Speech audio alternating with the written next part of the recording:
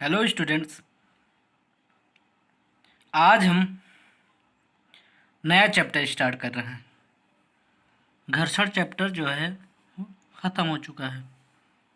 अगर आपको घर्षण चैप्टर पढ़ना है तो आप ऊपर क्लिक करके देख सकते हैं मेरी वीडियो। और अगर आप मेरे चैनल पर नए हैं तो प्लीज़ सब्सक्राइब ज़रूर करिए। और वीडियो अच्छी लगी तो लाइक करिए और अपने दोस्तों के साथ शेयर करिए। और अगर कोई डाउट हो, वृत्तीय गतिकी चैप्टर स्टार्ट कर रहे हैं, इसमें कोई चीज़ ना समझ में आए तो आप कमेंट के ज़रिए पूछ भी सकते हैं।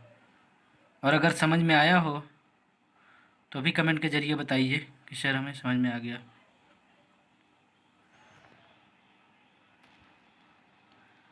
तो चलिए स्टार्ट करते हैं। वृत्तीय गतिकी बहुत ही इम्पॉर्टेंट चैप्टर है।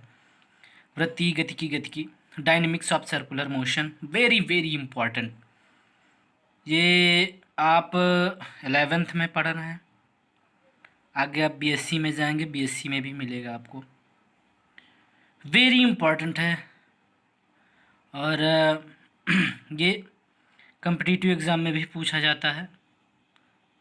और जैसा कि आईआईटी है, ठीक है, नीट है, एंड एक्सेट्रा एग्ज़ाम्स हैं फिज़िक्स के, जो कि फ़िज़िक्स आती है उसमें। तो इसमें जो है क्वेश्चन सर्कुलर मोशन से बहुत ही पूछा जाता है। तो वेरी इंपॉर्टेंट टॉपिक है ये, बहुत ही इम्पॉर्टेंट। अभिकेंद्र बल, सेंट्रीपेटल फोर्स। अभिकेंद्र बल क्या है? तो अभिकेंद्र बल के अंतर्गत हम वृत्तीय गतिकी चैप्टर में हम अभिकेंद्र बल, पहले तो वृत्तीय गति क्या है, वृत्तीय गति के बारे में बात करेंगे, ठीक है। तो आइए चलते हैं।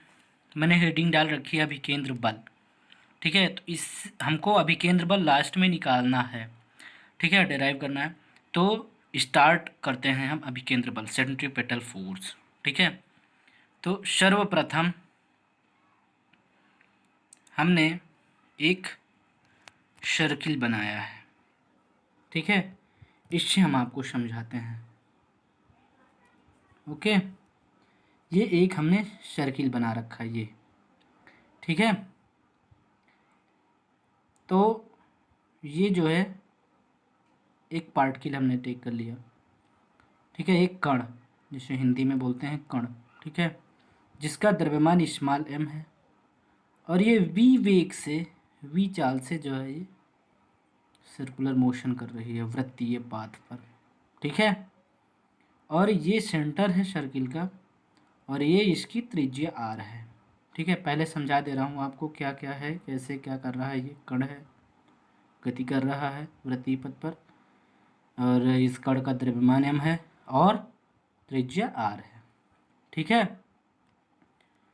अब वृत्तीय गति क्या है, इस पर हम बात करते हैं, ठीक है। तो जब कोई कण, कण क्या, ये है कण, जब कोई कण वृत्तीय पथ पर, ये वृत्तीय पथ है, वृत्तीय पथ पर नियत चाल v से, ये नियत चाल v से गति करता है तो वृत्तीय गति कहलाता है। पहले तो सिंपल सी परिभाषा ये हमने बनाई, ठीक है, जो कि बुक में ये नहीं है, बट मैंने अपने हिसाब से इसको किया है कि जब कोई कण वृत्तीय पथ पर अगर गति करता है नियत चाल से तो वो वृत्तीय गति कहलाता है। या फिर इसको बुक के हिसाब से हम कह रहे हैं तो जब कोई कण r त्रिज्या के वृत्तीय पथ पर नियत चाल v से, ठीक है, गति करता है तो कण की एक समान गति जो है वो क्या कहलाती है, वृत्तीय गति कहलाती है। क्या कहलाती है, वृत्तीय गति कहलाती है, ठीक है। क्या कहलाती है, वृत्तीय गति कहलाती है।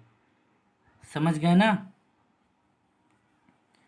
अब आइए हम बात करते हैं थोड़ा सा वृत्तीय गति के ही बारे में।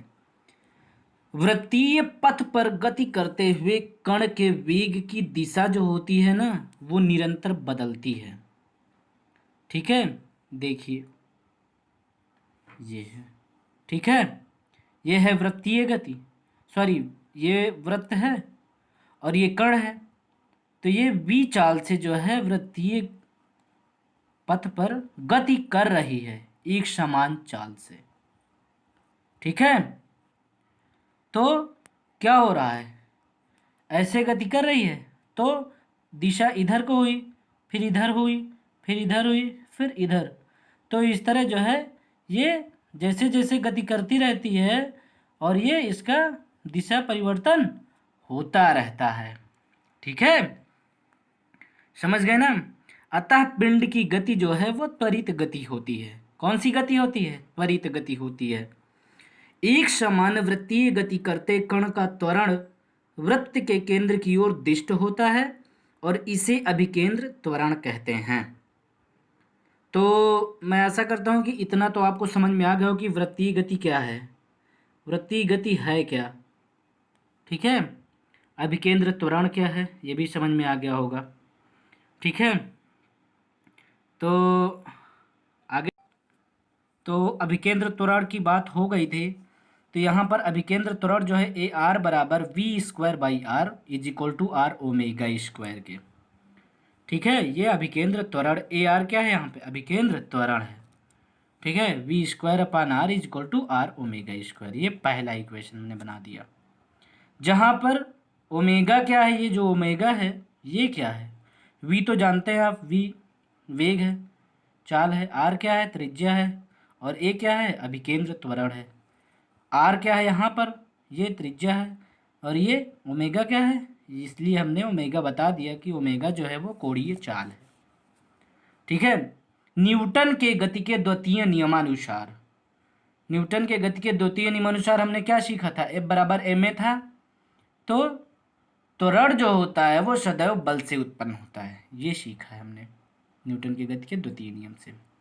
ठीक है, तो अब यहाँ पर ध्यान से सुनिए कि वृत्तीय गति में कण पर वृत्त के केंद्र की ओर, ध्यान से सुनिएगा क्या कह रहा, वृत्त के केंद्र की ओर, कण पर वृत्त के केंद्र की ओर एक बल कार्य करता है। कण पर वृत्त के केंद्र की ओर क्या करता है, एक बल कार्य करता है, और इस बल को हम अभिकेंद्र बल कहते हैं। क्या कहते हैं, अभिकेंद्र बल कहते हैं। ठीक है, समझ में आ गया होगा। और यदि कण का द्रव्यमान m हो, तो हम मान लेते हैं कि यदि कण का द्रव्यमान m हो तो कण पर कार्यरत अभिकेंद्र बल क्या होगा, F बराबर m ए, न्यूटन के गति के द्वितीय नियमानुसार होता है ना, F बराबर m ए। अगर आपने नहीं पढ़ा तो Newton second law of motion हमारे यहाँ पर आप ऊपर क्लिक करके आप पढ़ सकते हैं, वीडियो देख सकते हैं, हमारी समझ सकते हैं। ठीक है, तो इसको हमने सेकंड इक्वेशन बना दिया। अब समीकरण 1 से हम ए आर बराबर वी स्क्वायर बाई आर बराबर आर ओमेगा स्क्वायर है, तो ए आर का मान जो है हम समीकरण 2 में क्या कर देते हैं, रख देते हैं। तो क्या किया, समीकरण 1 और समीकरण 2 से हमें क्या प्राप्त होता है, हमें प्राप्त होता है अभिकेंद्र बल F बराबर M V square by R के। ठीक है, वी स्क्वायर बाई आर था, ए के स्थान पर वी स्क्वायर बाई आर और एम, तो M V square by R, अभिकेंद्र बल F बराबर M V square by R. ठीक है, और नीचे क्या है, वहां पर क्या था, आर ओमेगा स्क्वायर था, तो यहाँ पर एम ए है ना, तो ए के स्थान पर आर ओमेगा स्क्वायर और एम, तो एम आर ओमेगा स्क्वायर, तो एफ बराबर एम आर ओमेगा स्क्वायर या फिर एफ बराबर M V square by R. तो यह अभिकेंद्र बल का फॉर्मूला है। ठीक है, ये कोणीय वेग के टर्म में है और ये वेग के टर्म में है, रेखीय वेग के टर्म में। ठीक है, तो आई होप कि आपको अभिकेंद्र बल समझ में आ गया होगा, फार्मूला भी पता चल गया। ठीक है, तो इस वीडियो को आप ज़्यादा से ज़्यादा शेयर करें अपने दोस्तों के साथ, ठीक है, ताकि हमारे चैनल को सब्सक्राइब करें, देख सकें और इसका फ़ायदा उठा सकें, ठीक है, क्योंकि कंटिन्यू क्लास चल रही है 11th की फ़िज़िक्स की क्लास। तो ज़्यादा से ज़्यादा शेयर करें ताकि और लोगों के पास पहुंच सके, ठीक है। तो